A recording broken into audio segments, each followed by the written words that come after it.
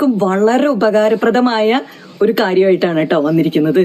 അത് മറ്റൊന്നുമല്ല, നമ്മൾ കൊതുക് ശല്യം ഏറ്റവും കൂടുതലുള്ള ഒരു സമയമാണ് ഇപ്പോൾ. അതായത് മഴക്കാലത്ത് എല്ലാവരുടെയും കേരളം മുഴുവനും കൊതുക് ശല്യമാണ് അല്ലെ. SBMന്റെ ഫാക്ടറിയിലാണ് ഞാനിപ്പോ നിൽക്കുന്നത്. വളരെ പ്രധാനപ്പെട്ട ഒരു പ്രോഡക്റ്റ് ആണ് ഉമ ടാബ്ലറ്റ്. മിക്ക ആളുകൾക്കും അറിയാലേ, വെരിക്കോസ് വെയിന്, പൈൽസിന്, മൂക്കിൽ ദശയ്ക്ക്, അലർജി രോഗങ്ങൾക്കും ഒക്കെ നല്ലതാണ് ഈ നമ്മുടെ ഉമ ടാബ്ലറ്റ്.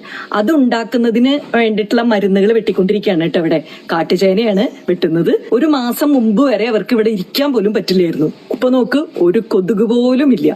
അതിന്റെ സൂത്രമാണെന്ന് പറയാൻ പോകുന്നത്. മാത്രമല്ല, ചെലവ് കുറവാണ്. ഇത് പഞ്ചായത്ത് അടിസ്ഥാനത്തിൽ തന്നെ ചെയ്യേണ്ടതാണെന്നാണ് എന്റെ വ്യക്തിപരമായ അഭിപ്രായം. ഓരോ വീടുകളിലും ഇത് ചെയ്യുകയാണെങ്കിൽ നമുക്കൊരു കുറഞ്ഞ കാലയളവിൽ തന്നെ കൊതുകുകളുടെ കുലം തന്നെ മുടിച്ചു കളയാൻ സാധിക്കും. അതിന് ചെയ്യേണ്ട വളരെ ചെറിയ സിമ്പിൾ ആയിട്ടുള്ള ഈ സൂത്രം ഒന്ന് കണ്ടു നോക്കണം കേട്ടോ. ഇതിപ്പോ നമ്മൾ കഴിഞ്ഞ ആഴ്ച വെച്ചതാണത്. ഒന്നുമല്ല, ക്യാബേജ് ആണ് അതിൽ ഉപയോഗിക്കുന്നത്. അത് നിങ്ങൾക്ക് പുതിയ ക്യാബേജ് കിട്ടിയില്ലെങ്കിൽ ഈ പച്ചക്കറി കടകളിലൊക്കെ അവർ ഈ വേസ്റ്റ് ആയത് മുറിച്ച് കളയുമല്ലോ, ആ മുറിച്ച് കളഞ്ഞത് കൊണ്ടുവന്നാൽ മതി. അത് കൊണ്ടുവന്ന് ചെറിയ കഷ്ണങ്ങളാക്കുക. ഇതുപോലെ ഒരു ബക്കറ്റിൽ ഇട്ട് വെക്കുക. അതിനൊരു ടെസ്റ്റ് ആയിട്ട് നിങ്ങളെ കാണിക്കാൻ വേണ്ടിയിട്ട് ഒരെണ്ണത്തിൽ നമ്മൾ നല്ല ശുദ്ധമായ വെള്ളം വെച്ചിട്ടുണ്ട് ഒരു ബക്കറ്റിൽ. അതിന്റെ അപ്പുറത്ത് കാണുന്നത് ക്യാബേജ് ഇട്ട വെള്ളമാണ്. 8ാമത്തെ ദിവസമാണ് ഇന്നേക്ക്. അപ്പൊ ആ 8ാമത്തെ ദിവസമായപ്പോഴേക്കും ഇതൊന്ന് അനക്കി നോക്കിക്കഴിഞ്ഞാൽ കാണാം, പുഴുക്കളാണ് അതിനകത്ത്.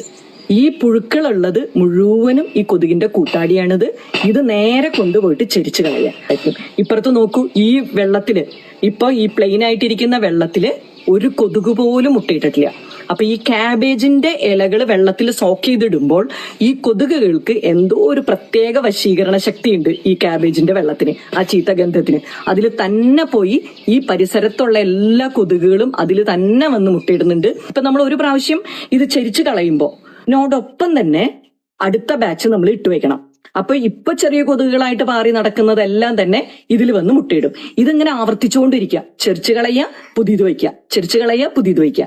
ഇങ്ങനെ ഒരു, ഇപ്പൊ നമ്മളിവിടെ ഒരു 5ാമത്തെ ആഴ്ചയാണ് ഇത് ചെയ്യുന്നത്.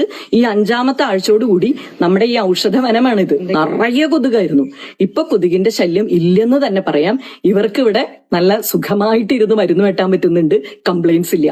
അപ്പൊ ഓരോ വീട്ടിലും ഇത് ചെയ്യുക. പിന്നെ ഇത് അനക്കി കഴിഞ്ഞാൽ ചെറിയ മണം വരും. അപ്പൊ അനക്കാതെ വെക്കുക. വെള്ളം വീഴാത്തിടത്ത് തന്നെ വെക്കുക. വെള്ളം വീണ് കഴിഞ്ഞാൽ അതിൽ വെള്ളം വന്ന് നിറഞ്ഞ് അത് ദുർഗന്ധമൊക്കെ ഉണ്ടാവും. മഴ കൊള്ളാത്തിടത്ത് വെക്കുക, തുറന്നു വെക്കുക.